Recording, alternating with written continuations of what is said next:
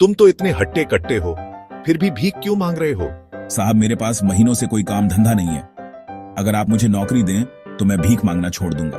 मैं नौकरी तो नहीं दे सकता, लेकिन तुम मेरे बिजनेस पार्टनर बन सकते हो। मेरे पास एक चावल का प्लांट है, तुम चावल बाजार में सप्लाई करो और मुनाफा महीने के अंत में बांटेंगे।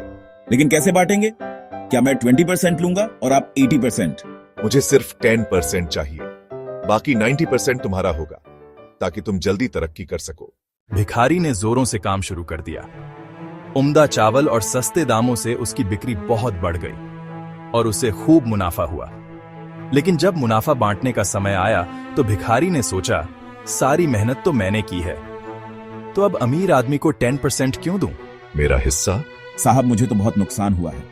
मुझे जितना मुनाफा हुआ है उतना तो कर्ज चुकाना है, तो इस हिसाब से मुझे कोई मुनाफा नहीं हुआ, तो आप इसके हकदार नहीं हैं। अमीर आदमी ने कुछ नहीं बोला और वहां से चला गया। भिखारी बड़ा खुश हुआ, सोचा सारा प्रॉफिट मेरा हो गया, अब भिखारी उन पैसे से रोज मौज करें। ऐसे करते करते उसके पास से सारे पैसे खत्म हो गए। अब पैसे भी नहीं है और काम धंधा भी नहीं है, तो मजबूरन उसको फिर से भीख मांगना शुरू करना पड़ा। यार, ये तो फिर से भीख मांगने लग गया। इस दुनिया में गरीब और अमीर आदमी जो होता है ना, उसमें सबसे बड़ा डिफरेंस होता है उसकी सोच का। एक रिच माइंडसेट हमेशा यह सोचता है कि मुझे भी प्रॉफिट हो जाए और मेरे साथ जो काम कर रहे हैं उनको भी प्रॉफिट हो जाए। लेकिन एक पुअर माइंडसेट हमेशा यह सोचता है कि जो भी प्रॉफिट हो सिर्फ मुझे ही हो।